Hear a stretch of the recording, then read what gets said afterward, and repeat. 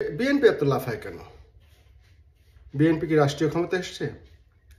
এই কথায় যাওয়ার আগে আমি বাংলাদেশের যে মূলধারার রাজনৈতিক দল, তার মধ্যে বাংলাদেশ আওয়ামী লীগ এবং বাংলাদেশ জাতীয়তাবাদী দল অন্যতম মূলধারার রাজনৈতিক দল, এবং বাংলাদেশের স্বাধীনতা পরবর্তীকালে এই দুইটা দলই বাংলাদেশের সবচেয়ে বেশি সময় শাসনের দায়িত্বে ছিল, এবং জনপ্রিয়তার বিচারে এই দুটি রাজনৈতিক দলই বাংলাদেশের সবচেয়ে জনপ্রিয় রাজনৈতিক দল।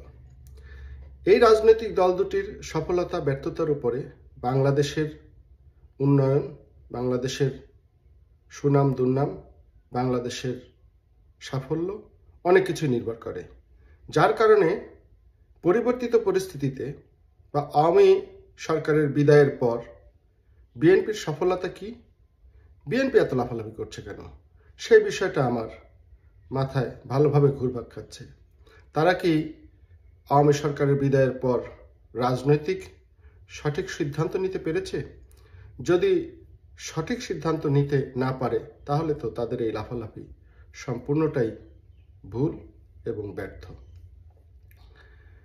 এই পয়েন্টে আমি পূর্বেই বলেছি, যাওয়ার আগে একটি পয়েন্ট আমি আলোচনা করতে চাই। সেটা হলো যে আওয়ামী লীগের শাসন আমলে প্রতিটা মানুষের, বা যারা আওয়ামী লীগের রাজনীতির সাথে জড়িত, যারা শেখ হাসিনার নিরাপত্তা নিয়ে চিন্তিত ছিল, তাদের মনে একটি প্রশ্ন ছিল যে শেখ হাসিনার পরিণতি কি হবে যখন সে রাষ্ট্রীয় ক্ষমতা থেকে বিদায় নেবে।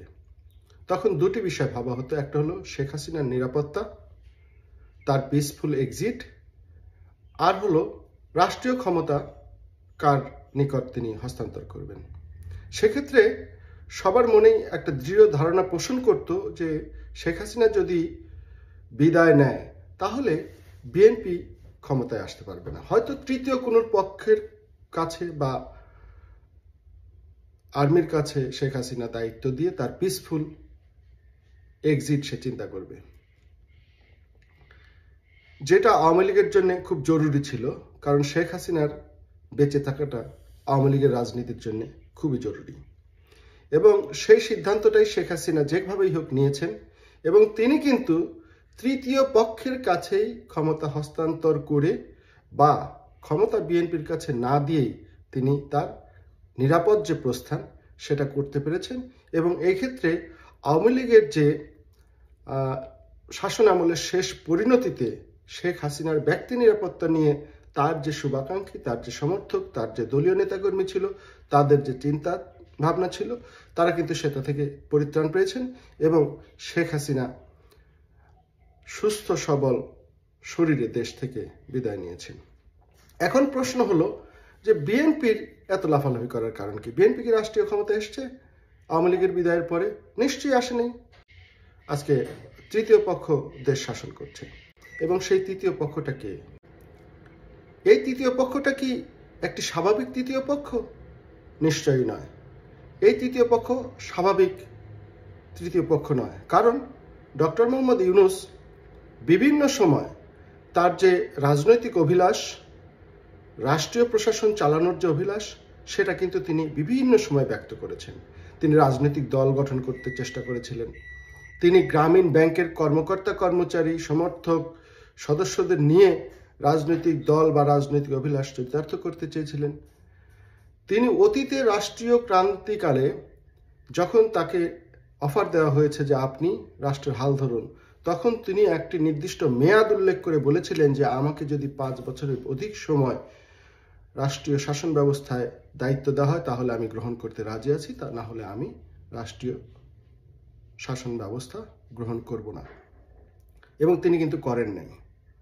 কিন্তু তার যে সেই অভিলাষ দেশ শাসনের, সেটা কিন্তু তিনি পোষণ করতেন, এবং যেভাবেই হোক এই কোমলমতি ছাত্রদের দিয়ে মুখ দিয়ে তার নাম বলিয়ে তিনি কিন্তু আজকে রাষ্ট্রীয় ক্ষমতায়। এখন বিএনপি কি করে এই রাষ্ট্রীয় ক্ষমতায় যাবে? বিএনপির রাষ্ট্রীয় ক্ষমতায় যাওয়ার একটাই মাত্র পথ, সেটা হলো নির্বাচন। তো সেই নির্বাচনটা এই যে বর্তমান সরকার সেটা কখন দেবে? সেটা কি কোনো নির্দিষ্ট মেয়াদ আছে? 6 মাস পর, 3 মাস পর, 6 বছর পর? নিশ্চয়ই নয়। কখন নির্বাচন দেবে কেউ জানি না। তাহলে যত দেরিতে নির্বাচন দেবে সাংগঠনিকভাবে আওয়ামী লীগ তত বেশি শক্তিশালী হবে, এবং এই যে সময় তারা পাবে এর মধ্যে তারা গুছিয়ে নেবে। অর্থাৎ যদি নির্বাচন দেয়, সেই নির্বাচনে যদি আওয়ামী লীগ নির্বাচনে অংশগ্রহণ করে বা অংশগ্রহণ করার সুযোগ পায়, তাহলে কিন্তু বিএনপিকে আবার একটি বড় রাজনৈতিক দলের সাথে নির্বাচনে প্রতিদ্বন্দ্বিতা করে নির্বাচিত হয়ে রাষ্ট্রীয় ক্ষমতায় আসতে হবে। যদি বর্তমান সরকার একটি রাজনৈতিক দল গঠন করে রাজনৈতিক অভিলাষ থেকে এবং একটা যেনতেন নির্বাচন দিয়ে পার্লামেন্টের সংখ্যাগরিষ্ঠ আসন নিয়ে সরকার গঠন করে, সরকারের যে বৈধতা এবং বর্তমানে যে একটি বিশেষ পরিস্থিতির যে সরকার রয়েছে সেই সরকারের বৈধতার জন্য তারা পার্লামেন্ট গঠন করে সরকার গঠন করলো, তাহলে বিএনপিকে কিন্তু আবার 2 থেকে 5 বছর, 7 বছর, 10 বছর অপেক্ষা করতে হতে পারে রাষ্ট্রীয় ক্ষমতায় অধিষ্ঠিত হওয়ার জন্য। আর একটা বিষয় হলো, যদি বর্তমান সরকার রাজনৈতিক দল গঠন করে, তাহলে আওয়ামী লীগ, বিএনপি, জাতীয় পার্টি, বিভিন্ন রাজনৈতিক দল থেকে অনেক লোক নতুন গঠিত রাজনৈতিক দলে যোগদান করবে। সেক্ষেত্রে কিন্তু বিএনপি বা অন্যান্য দল একটা ভাঙনের সম্মুখীন হবে। এক্ষেত্রে বিএনপির একটা সবচেয়ে বড় ক্ষতির কারণ হবে যে এই সরকার, বর্তমান সরকার বিএনপির অনেক নেতাকর্মীকে বিভিন্ন রাষ্ট্রীয় দায়িত্বে নিয়োজিত করছেন। যারা রাষ্ট্রীয় দায়িত্বে অলরেডি বসে গেছেন, বিএনপি যত চেষ্টাই করুক তাদের কিন্তু আর ফিরিয়ে আনতে পারবেন না, বা মুষ্টিমেয় কিছু লোক ফেরত আসবেন, বাকিরা থেকে যাবে। অর্থাৎ সবচেয়ে বড় ভাঙন এবং ক্ষতির সম্মুখীন হবে বিএনপি।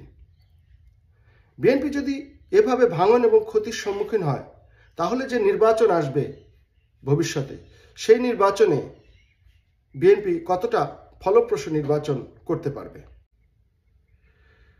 তো বিএনপি যদি সেই নির্বাচন অংশগ্রহণ করে একটি ভালো রেজাল্ট নিয়ে সংখ্যাগরিষ্ঠ হয়ে সরকার গঠন করে, তাহলে কিন্তু বিএনপি রাষ্ট্রীয় ক্ষমতায় অধিষ্ঠিত হতে পারল। যদি সেটা না পারে, তাহলে আবার অপেক্ষা করতে হবে।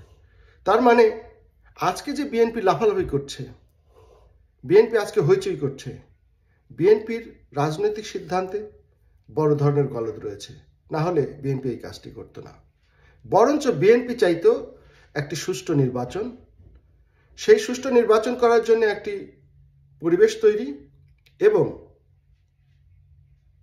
আনুষঙ্গিক কার্যক্রম সম্পাদনের জন্য যতটুকু সময় দরকার, এই যে মেয়াদকালীন সরকার বা বিশেষ পরিস্থিতির সরকার, সেই সরকারের কাছে একটি নির্দিষ্ট সময় প্রত্যাশা করত যে কত দিনের মধ্যে নির্বাচন দিবেন। যত দ্রুত নির্বাচন হবে তত দ্রুত বিএনপি রাষ্ট্রীয় ক্ষমতায় আসবে। যদি 2 মাস 6 মাসের মধ্যে নির্বাচন দেয়, তাহলে আওয়ামী লীগ কিন্তু এখন সাংগঠনিকভাবে ভঙ্গুর অবস্থায় রয়েছে, যতই সমর্থক কর্মী থাকুক। তাহলে সেই লাভটা কার? সেই লাভটা বিএনপির। এত বড় একটা রাজনৈতিক দল, এত বড় বড় রাজনৈতিক নেতা, তারা কি এই জিনিসটা বুঝতে পারছেন না? আমার মনে হয় নিশ্চয়ই তারা বুঝতে পারছেন, এবং বুঝতে পেরে তারা অন্য কোনো উদ্দেশ্যে সেটা হতে দিচ্ছেন না, বা জনাব তারেক রহমানকে সেই বিষয়ে স্পষ্ট বার্তা দিচ্ছেন না। সিদ্ধান্ত নেওয়ার দায়িত্ব এখন জনাব তারেক রহমানের। না হলে এই লাফালাফির কোনো দাম নাই, এই লাফালাফি সম্পূর্ণ ব্যর্থতায় পর্যবসিত হবে। ধন্যবাদ সবাইকে।